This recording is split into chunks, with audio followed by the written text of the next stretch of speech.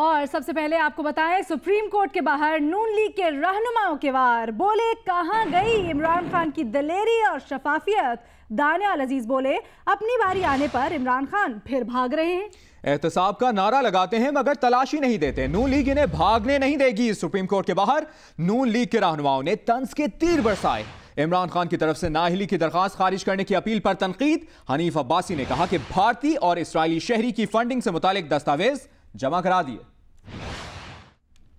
जबकि इमरान खान और जहांगीर तरीन के खिलाफ ऑफशोर कंपनियों से मुतालिक दरखास्त की सुप्रीम कोर्ट में समाअत हुई है। चीफ जस्टिस पाकिस्तान का हनीफ अब्बासी और दानियाल अजीज की मीडिया से गुफ्तगू पर इजहार बरहमी। केस से मुतालिक ग्राउंड रूल्स तय ना कर लें। चीफ जस्टिस का हनीफ अब्बासी के वकील अकरम शेख से मुकालमा। चीफ जस्टिस ने रिमार्क्स दिए कि केस की समाअत शुरू होने से पहले लोग मीडिया पर बात करना शुरू हो जाते हैं।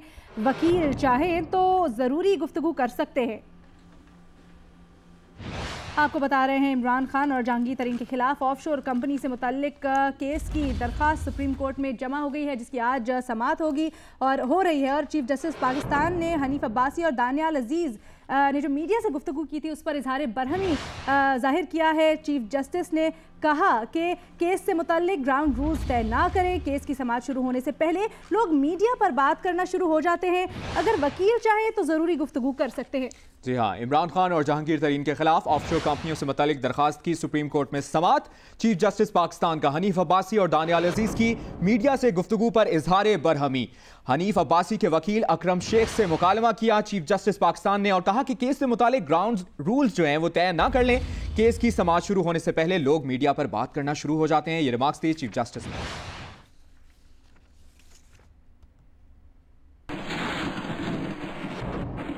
आगे बढ़ते हैं, आपको बताएं कि अफगान दारुल हुकूमत काबुल में खुदकुश हमला और धमाके में मरने वालों की तादाद 8 हो गई, जबकि 28 अफराद जख्मी हैं। खबर एजेंसी के मुताबिक जख्मियों में 3 अमरीकी फौजी शामिल हैं। खुदकुश हमलावर ने नेटो फोर्सेस को निशाना बनाया, ये भी कंफर्मेशन दी है खबर एजेंसी ने। और ये भी बताया कि ऐनी शाहिदीन के मुताबिक हमले के वक्त सड़क पर काफी गाड़ियां मौजूद थीं। धमाके से नेटो के काफिले में शामिल कई गाड़ियां तबाह हो गईं। धमाका मुकामी वक्त के मुताबिक सुबह 8 बजे हुआ।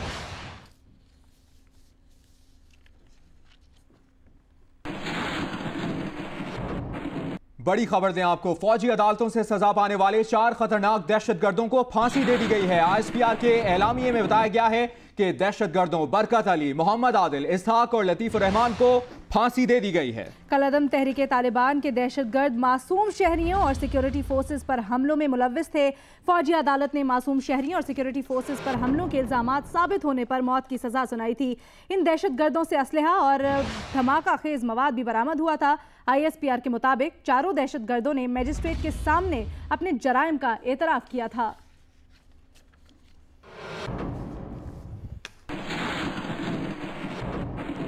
इस्लामाबाद से खबर है, जहां सब्जी मंडी पुलिस ने कार्रवाई की है और तालीमी इदारों में मनुशियात सप्लाई करने वाले शख्स को गिरफ्तार किया है। मुलजिम मोहम्मद फरहान उर्फ लाहौरी तालिब इल्मों को मनुशियात फरोख्त करता था। पुलिस का यह बताना है कि मुलजिम के कब्जे से 1250 ग्राम मंशियात भी बरामद की गई हैं। मुलजिम के खिलाफ थाना सब्जी मंडी में मुकदमा दर्ज कर लिया गया है।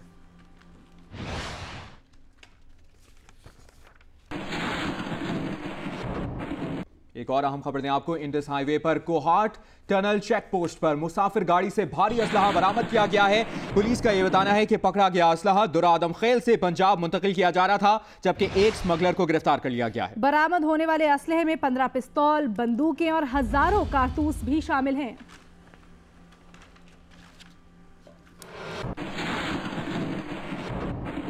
स्पॉट फिक्सिंग केस से मुताल्लिक आपको खबर दें कि मुअत्तल क्रिकेटर खालिद लतीफ ने सिंगल बेंच के फैसले के खिलाफ इंट्रा कोर्ट अपील दायर कर दी है। ट्रिब्यूनल को क्रिकेटर्स के खिलाफ तहकीकात और कार्रवाई का इख्तियार नहीं है, ये खालिद लतीफ ने लाहौर हाई कोर्ट में मौक़िफ़ अपनाया है। अपील में इस्तदा की गई है कि अदालत सिंगल बेंच के फैसले को कलअदम करार दे। वकील खालिद लतीफ के मुताबिक पीसीबी के एंटी करप्शन कोर्ट को चैलेंज किया है।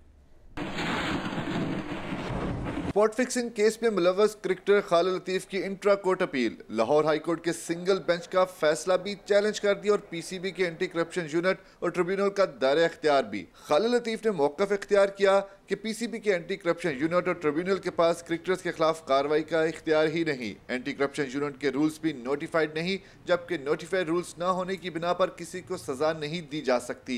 खालिद लतीफ ने सताब की कि एंटी करप्शन यूनिट और ट्रिब्यूनल को उनके खिलाफ तहकीकात और कार्रवाई से रोका जाए, जबकि हाईकोर्ट के सिंगल बेंच का फैसला भी कलअदम करार दिया जाए।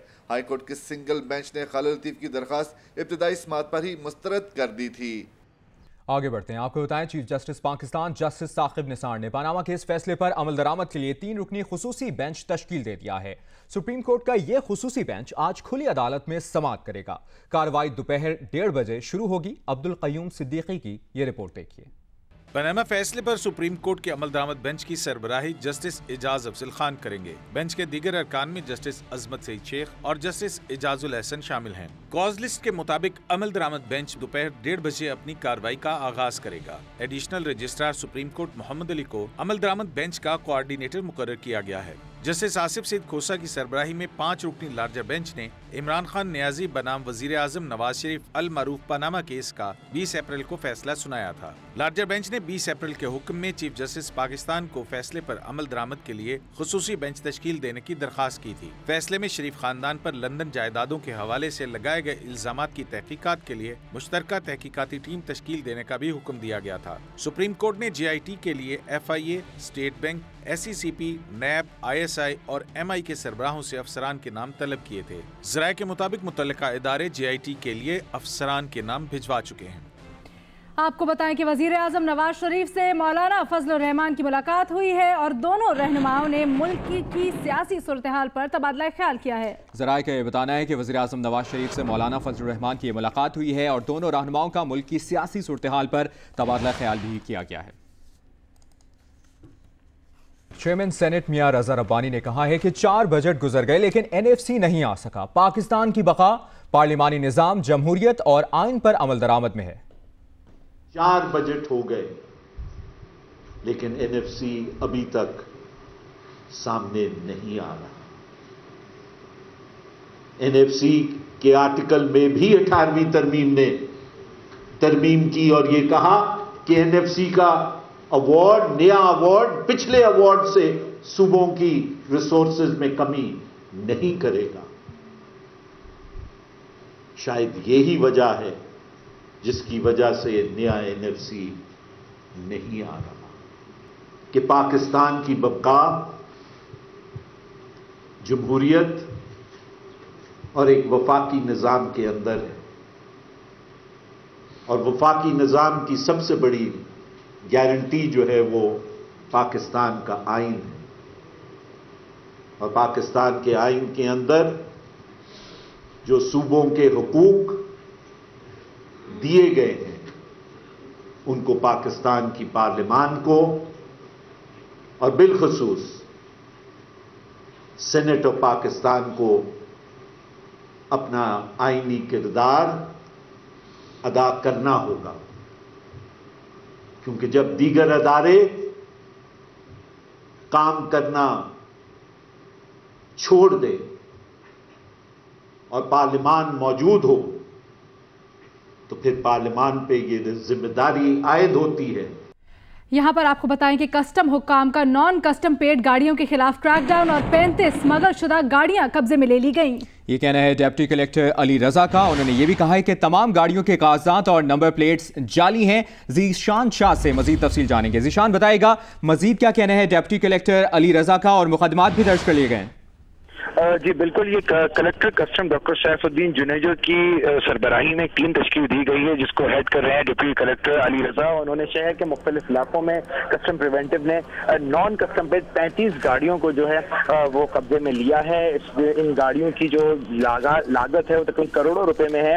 इसमें कुछ गाड़ियां ऐसी भी हैं जो कि एक नंबर प्लेट की 2-2 गाड़ियां इस वक्त शहर में घूम रही थी। गाड़ियों को कब्जे में लेकर उनके खिलाफ मुकदमा दर्ज कर लिया गया है। साथ ही साथ कुछ 62 शख्सियात का कस्टम हुक्काम को जराए ने बात की कंफर्मेशन दी है कि उनको फोन आया था और ये गाड़ियां छुड़ाने की कोशिश भी की गई थी। तमाम कस्टम हुक्काम की जानिब से तमाम तर गाड़ियों को सीज कर उनके खिलाफ मुकदमा दर्ज कर लिया गया है। जी ठीक है, बहुत शुक्रिया जीशान शाह अपडेट्स के लिए।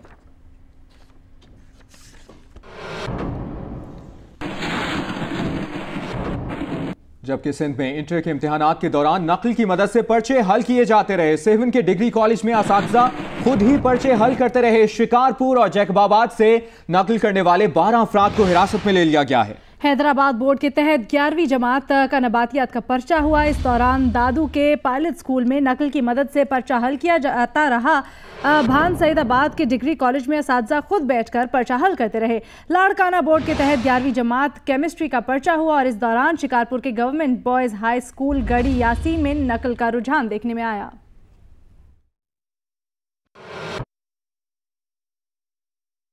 आपको बताएं कि कराची में चिकनगुनिया के मर्ज पर अब तक काबू नहीं पाया जा सका। महकमा सेहत के मुताबिक कराची में अब तक 250 से ज्यादा अफराद में चिकनगुनिया की तस्दीक हो चुकी है। जी हाँ, जबकि WHO की टीम कराची पहुंची है जो मुतासरा इलाकों का दौरा करेगी। इस बारे में मजीद बता रही हैं कंजा फैसल। जिस वक्त मैं मौजूद हूँ सिंध गवर्नमेंट हॉस्पिटल सऊदाबाद में। कराची में चिकनगुनिया के केसेस अक्टूबर 2016 से आना शुरू हुए थे और शुरू में जो है 200-300 केसेस रोज़ाना की बुनियाद पर आ रहे थे।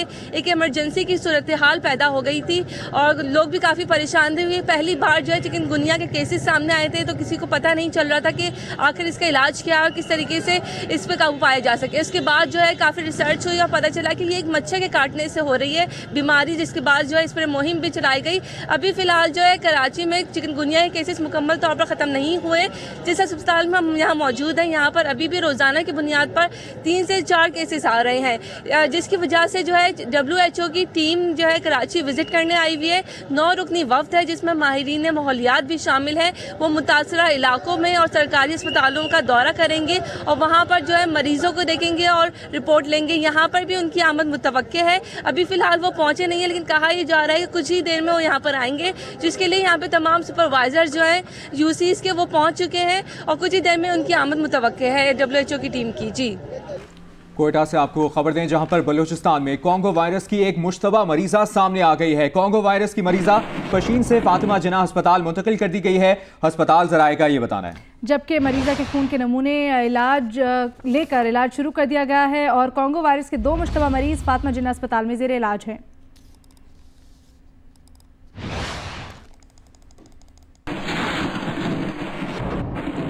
मौसम की बात करते हैं। सिंध में हब्स और गर्मी ने लोगों का बुरा हाल कर रखा है, जबकि पंजाब, खैबर पख्तूनख्वा और आज़ाद कश्मीर में कई मकामात पर बारिश ने मौसम को दिलफरेब बना दिया है। महकमा मौसमियात के मुताबिक आइंदा 24 घंटों में मुल्क के बेशतर इलाकों में मतला जुज़वी तौर पर अबरालूद और खुश्क रहेगा। मुल्क में कहीं गर्मी जोरों पर है तो कहीं बारिश से सब्जा एक मरतबा फिर लहलहाने लगा है। पंजाब में फैसलाबाद, गुजरांवाला, मंडी बहाउद्दीन में मौसम अबरालूद है। उधर भक्कर में बूंदाबांदी से मौसम काफी खुशगवार हो गया है। मरील और दीर में अब्र रहमत बरसा तो फूल पत्तों दरख्तों में नई जान आ गई। उधर आजाद कश्मीर में नकियाल समेत इर्द गिर्द के इलाकों में हल्की बारिश के बाद ठंडी हवाएं चलने से मौसम काफी बेहतर हो गया है। सिंध के शहरों में मौसम बदस्तूर गर्म है। महकमे मौसमियात के मुताबिक आइंदा 24 घंटों में कोयटा, ज़ोब, मालाकंड, हजारा, मर्दान, गुजरांवाला, लाहौर, रावलपिंडी, इस्लामाबाद, बालाई फाटा, गिलगित बल्दिस्तान और कश्मीर में बास मकामात पर बारिश, जबकि मुल्तान, डीजी खान और सरगोदा डिवीजन में गर्द आलूद हवाएं चलने का इम्कान है। विफाकी दारुल हुकूमत इस्लामाबाद में सुबह सवेरे होने वाली हल्की बारिश ने मौसम इंतहाई सुहाना बना दिया है। महकमा मौसमियात का कहना है कि इस्लामाबाद समेत बालाई पंजाब और बालाई खैबर पख्तूनख्वा में आज रात तक बारिश बरसाने वाला निज़ाम मौजूद रहेगा। तफसीलात बता रही हैं आसिया अंसर।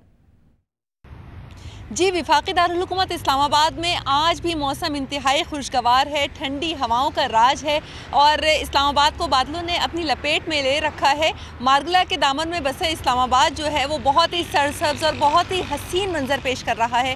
महकमा मौसमियात ने ये पेशगोई की थी कि इस्लामाबाद में ये 2 रोज़ मौसम बहुत अच्छा रहेगा और आज बुध के रोज़ भी बहुत हल्की बारिश लेकिन अच्छी और ठंडी हवाएं जो हैं वो इस्लामाबाद में चलती रहेंगी। महकमा मौसमियात का ये भी कहना है कि बालाई पंजाब और बालाई खैबर पख्तूनख्वा में आज मौसम रात तक अबरालूद रहेगा। हल्की बारिश का इम्कान है, ठंडी हवाएं साथ साथ चलती रहेंगी और कल से मौसम जो है वो दोबारा गर्म और खुश्क हो जाएगा। जबकि कराची में दर्जा हरारत ज्यादा ना होने के बावजूद गर्मी की शिद्दत ज्यादा महसूस की जा रही है। ऐसा क्यों है, ये बता रही हैं नुमाइंदा जियो न्यूज उनीबा जमीर शाह। जब आसपास इतने ज़्यादा दरख्त हों तो गर्मी की शिद्दत ज़्यादा महसूस नहीं होती, लेकिन गर्मियां क्या हैं सबको मई के महीने में खूब मालूम हो रहा है, क्योंकि मई का महीना कराची में बहुत ज़्यादा गर्म गुजरता है। आज भी ज़्यादा से ज़्यादा दर्जा हरारत 37 डिग्री सेंटीग्रेड तक जाने का इम्कान है। दर्जा हरारत ज़्यादा नहीं है, मामूल के मुताबिक है। मई के महीने में 36 और 37 के दरमियान रहता है दर्जा हरारत, लेकिन जो गर्मी की शिद्दत है वो ज़्यादा महसूस की जा रही है। हीट इंडेक्स 34 डिग्री सेंटीग्रेड में, जो इस वक्त 34 डिग्री सेंटीग्रेड दर्जा हरारत है, हीट इंडेक्स 39 डिग्री सेंटीग्रेड महसूस किया जा रहा है। महकमा मौसमियात वाले इसकी वजह हवा में नमी का तनासुब ज़्यादा होना बताते हैं कि इस वक्त जो हवा में नमी का तनासुब है वो 52% है। कभी मगरबी इलाकों से और कभी जुनूब मगरबी इलाकों से ये हवाएं चल रही हैं। तकरीबन 13 किलोमीटर फी घंटे की रफ्तार से हवाएं चल रही हैं, लेकिन चूंकि हवा में नमी का तनासुब ज़्यादा है इसलिए बहुत ज़्यादा पसीना आ रहा है, हफ्स महसूस हो रहा है, गर्मी ज़्यादा महसूस की जा रही है। महकमा मौसमियात का कहना है कि आइंदा 24 घंटों के दौरान कराची में मतला कभी साफ और कभी जुज़वी तौर पर अबर आलूद रहने के साथ मौसम यूं ही गर्म रहेगा। रात में जुनूब मगरिबी जो समंदरी हवाएं हैं उनकी रफ्तार ज़्यादा होने का इम्कान है। महकमा मौसमियात वाले ये भी बताते हैं कि आइंदा आने वाले हफ्ते में ज़्यादा से ज़्यादा दर्जा हरारत 36 से 37 के दरमियान रहने का इम्कान है। दर्जा हरारत ज़्यादा नहीं होगा, लेकिन गर्मी की शिद्दत महसूस की जाएगी। जून के महीने तक ये गर्मी यूं ही बरकरार रहेगी। जून के जो आखिरी दिन हैं उसमें बताया जा रहा है कि मौसम बेहतर होना शुरू हो जाएगा। जुलाई में मौसम बेहतर हो जाएगा क्योंकि बरसात का मौसम होगा, बादल आ जाएंगे, इसकी वजह से गर्मी की शिद्दत कम हो जाएगी। यहाँ पर आपको ताज़ा तरीन खबर दें कि डॉक्टर आसिम की जानिब से 7 मई के लंदन की टिकट की नकल सिंध हाई कोर्ट में जमा करवा दी गई है। डॉक्टर आसिम और उनकी अहलिया 22 मई को वापस कराची आएंगे। मजीद जानेंगे नुमाइंदा जियो न्यूज़ अमीन अनवर से। अमीन अनवर, मजीद अपडेट कीजिएगा। जी, सिंध हाई कोर्ट के 2 रुकनी बेंच ने आज डॉक्टर आसिम का नाम इस सेल से खारिज करने के हवाले से दरख्वास्त की समाअत की है। ताम डॉक्टर आसिम का जो बैरून मुल्क जाने का मामला था एक मरतबा फिर खटाई में पड़ गया है और सिंध हाई कोर्ट ने दरख्वास्त की जो समाअत थी वो 9 मई तक मुलतवी कर दिया है, जबकि डॉक्टर आसिम ने 7 मई की टिकट करा रखी थी कराची से लंदन हीथ्रो एयरपोर्ट के लिए। आज वफाकी हुकूमत की जानिब से एडिशनल अटॉर्नी जनरल ने जवाब जमा कराने की मोहलत तलब की है, जिस पर अदालत ने मजीद समाअत 9 मई तक मुलतवी कर दी है। डॉक्टर आसिम के वकील बैरिस्टर लतीफ खोसा आज अदालत में पेश हुए थे। उनका कहना था कि डॉक्टर आसिम शदीद अनील हैं और मजीद उन्हें इलाज के लिए अगर मजीद मोहलत वक्त दिया गया तो वो पैरालाइज होने का खदशा है, लिहाजा उन्हें फौरी तौर पर बैरून मुल्क जाने के लिए उनका नाम इस सेल से खारिज किया जाए। तमाम वफाकी हुकूमत की जानिब से टाइम मांगने पर समाअत 9 मई तक मुलतवी कर दी गई है। वफाकी हुकूमत की जानिब से टाइम मांगने पर समाअत 9 मई तक मुलतवी कर दी गई है। बहुत शुक्रिया अमीन अनवर अपडेट करने के लिए। खबर यह भी है कि वज़ीर दाखिला चौधरी निसार अली खान ने कहा है कि पाकिस्तान के ईरान के साथ जोग्राफियाई, मजहबी और तारीखी ताल्लुकात हैं। अच्छे ताल्लुकात की राह में किसी चीज़ को हायल नहीं होने दिया जाएगा। वज़ीर दाखिला चौधरी निसार अली खान ने इन ख्यालात का इजहार ईरानी वज़ीर ख़ारजा जवाद ज़रीफ से मुलाकात में किया। मुलाकात में पाक ईरान दो तरफ़ा ताल्लुकात और ताउन के मुख्तलिफ उमूर पर तबादला ख्याल किया गया। वज़ीर दाखिला चौधरी निसार ने इस मौके पर कहा कि ईरान हमारा हमसाया और दोस्त ही नहीं, एक बरादर इस्लामी मुल्क है और दोनों ममालिक के अवाम के दिल एक साथ धड़कते हैं। ईरानी वज़ीर ख़ारजा जवाद ज़रीफ ने कहा कि ईरान पाकिस्तान के साथ ताल्लुकात को बहुत अहमियत देता है और मुस्लिम ममालिक के इत्तेहाद पर यकीन रखता है।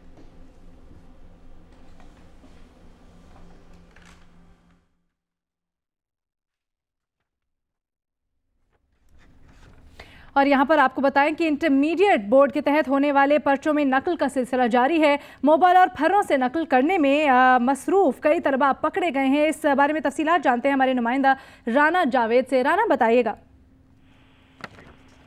जी, आज director general colleges Nasir Ansar और director private institution Mansoob Siddiqui ने मुख्तलिफ कॉलेजेस का दौरा किया।